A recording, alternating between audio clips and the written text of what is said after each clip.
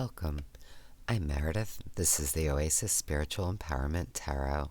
All about tarot, oracle, and empowering you. And today I want to do something a little bit different. So I've already done an unboxing and walkthrough of the Oracle Door. This is by Melissa Witherspoon and Tora Matthews. This is such a powerful, exquisite, beautiful, wonderful deck. I can't even tell you. I love it so much. So this was a Kickstarter. I do think it's still available if you're interested. Look at those backs.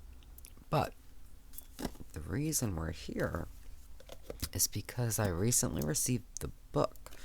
So this is a companion book that was available for purchase separately if you're interested.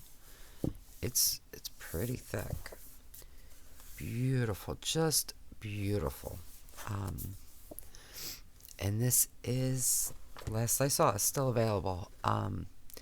So I thought if you were interested, you want to see a little bit about it, we could just take a brief look, because it's absolutely just exquisite, and well worth it to me. And honestly, even if you don't have the deck, you may like the book. But so let's just go right into it. But remember to like, share, and subscribe. You know what I noticed? the percentage of people who watch my videos and are not subscribed is 66.6%. Aside from that number in and of itself, that's a high number. So why not subscribe? Takes nothing, and you just get alerted when I post new videos. Could be fun. Just saying. But alright. So we have a quick card finder, which is fabulous. So if you just wanted to use this to look, for a specific card, like if I pulled the trees, I could come in here, trees, page 26. And we will look at, one of the cards in the book. But I just kind of want to do an overview of the book itself. So we have an introduction using the book. A few pages about the card back design. Part 1, we have Blossomings, The Haunted Mind, Radon's Femme Fatales, Explorations of the Self, Jung's Key Archetypes, The Dark Night, Heart Matters, Pathways of Imagination, The Expanded Self. Then we have a good amount of card spreads, notes, a very robust bibliography, and reader's notes. So, I love this. So the name Oracle Door has two meanings. First, it's the French word for gold. Secondly, OR represents Odilon Redon's initials. So the combination was like the perfect opportunity to include gold foil in the card design and to keep the OR in capital letters for the title.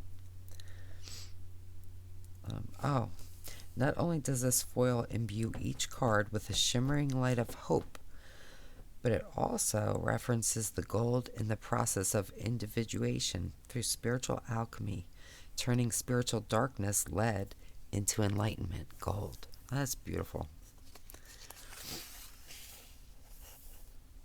Talks about using the book and that card back design. And there are just tons of beautiful, beautiful images in here.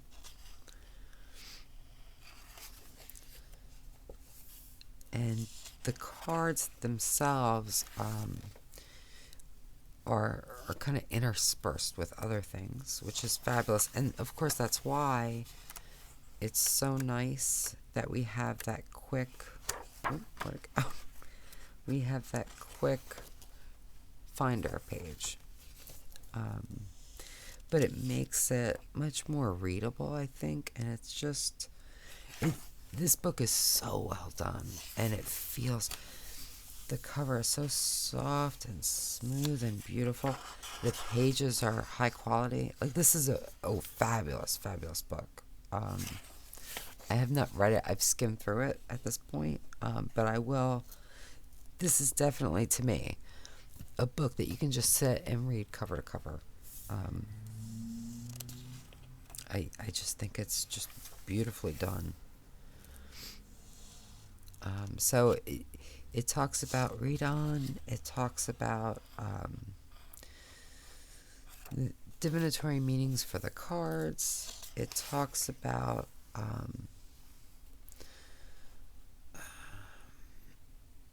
a lot of the historical aspects and impacts. So it's really, really fabulous. And I love all of the art that we see depicted. Let me move you over a little bit.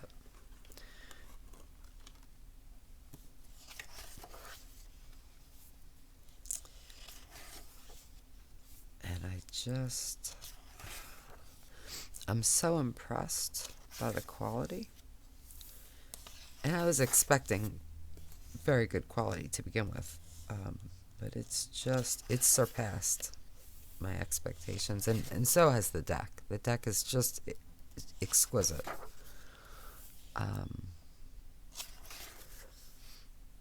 Yeah.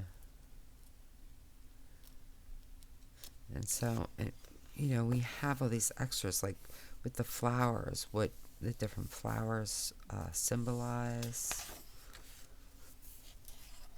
It's just beautiful. So let me pick just one card, and we'll take a look.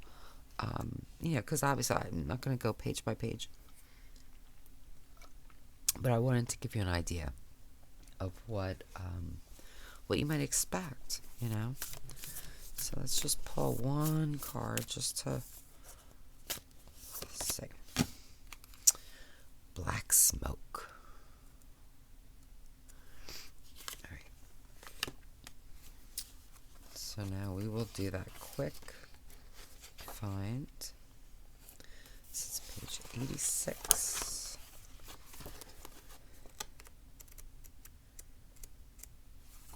Okay. So we have, let's see if I can get you in. Okay. So we have like keywords. Well,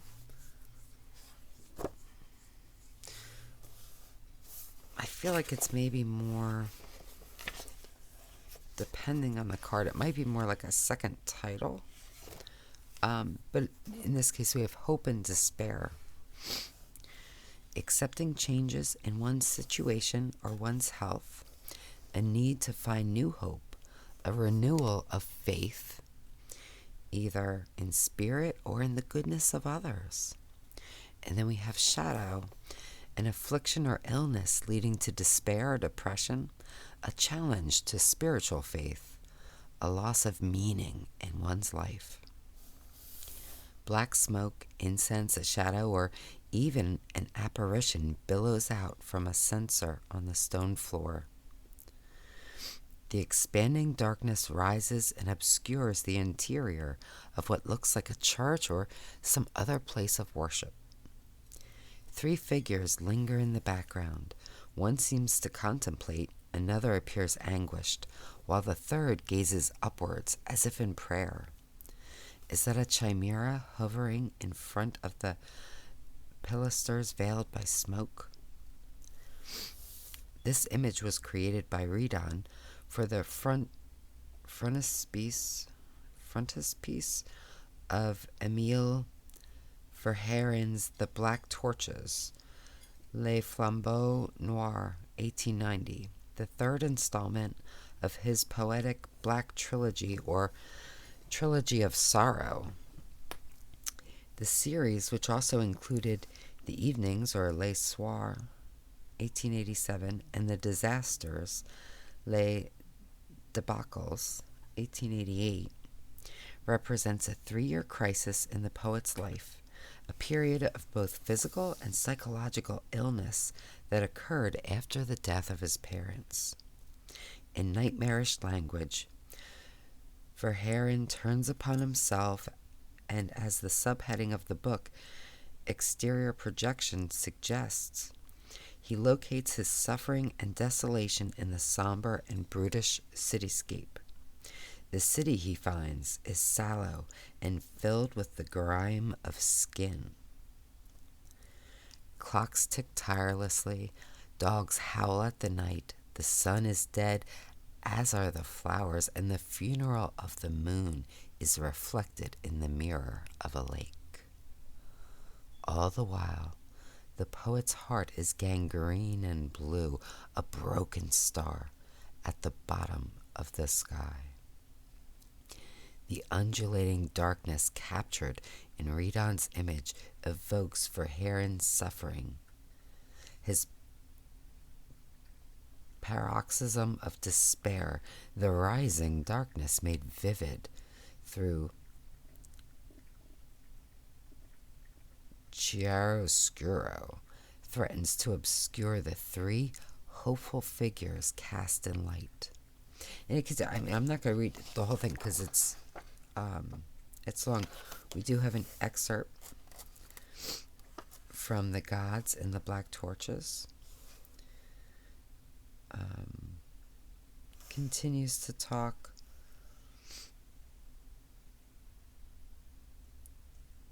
about Verhaeren.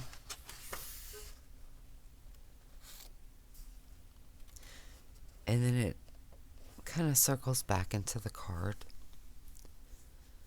Though often considered opposites, hope and despair exist entwined in a dance of desire. Without desire, we cannot express hope, nor can we experience despair should the object of that desire become unattainable. Desire gives shape and meaning to our life, and without it, we suffer. And it continues on. And then finally, we have in a reading.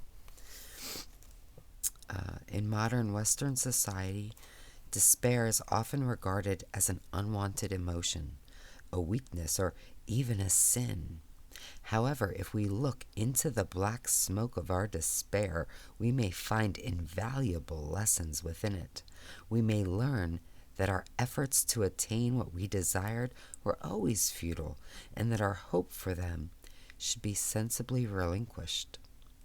If despair relates to the loss of a spiritual faith and purpose, as was the case for Verhaeren, it is important to realize that life's meaning cannot always be explained rationally or intellectually. Sometimes ultimate meaning resides in the deepest and darkest valleys of our experience. When the black smoke dissipates, new hope, which is forged in the inner fires of tribulation, may be revealed to us.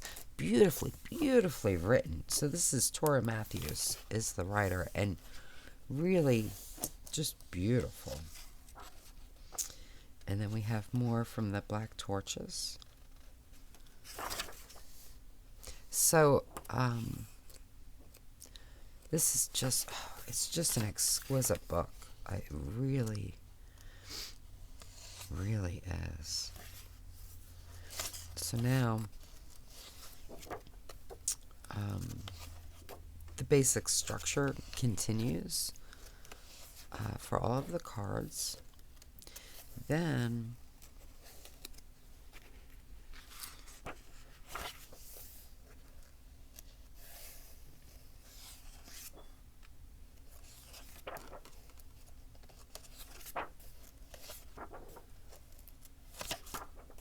at some point here we go. Then we have the card spreads. Now we have a lot. We have 2 card spreads. We have very kind of specific spreads to different pieces of the artwork, which I think was just beautifully, beautifully done. And I mean, we have a lot. We have a lot, which is so fabulous. Then we have the notes section. Then we have this incredible bibliography. I mean, really, there's so much here, and it's really extensive in the types of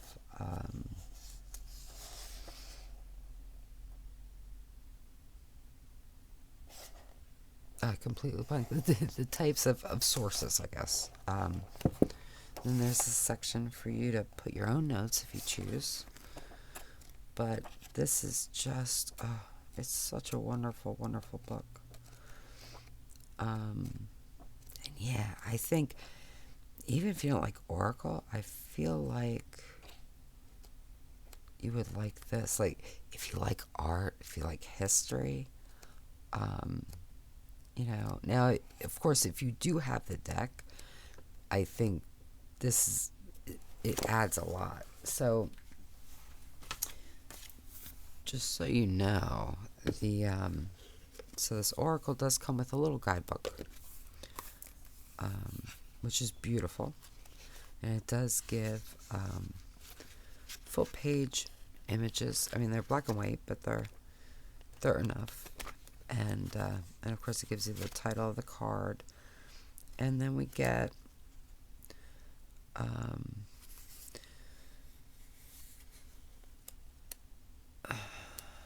basically keywords for divinatory and shadow, and then about a paragraph about the card in a reading. But this gives so much more. And look, if you've been here for a little while, you know, I'm not a big guidebook person, but this is special. I think it's special. So, but it, you know, it was extra. So I thought, you know, if you got this deck and you were thinking about the book but said, oh, I don't know if I want to, you know, spend extra for a guidebook or whatever, it's so much more than that. And it truly, I think it's a piece of art in and of itself anyway. So that's it. I just wanted to give you just a quick look at the book, because I think it deserves to be seen. And it's so beautiful. And I seriously, just one of my absolute favorites. I know I have so many favorites, but so wonderful. So anyway, let me know what you think. If you have this book, how are you enjoying it? Do you have the deck? Do you want the deck? I do think they're both still available, but I also think they're a little bit limited. So, you know, I don't know for sure, but that's just my impression. So anyway, just be wonderful to yourself. Be really wonderful, because you deserve the best, only the best, all the best. And that is my wish for you.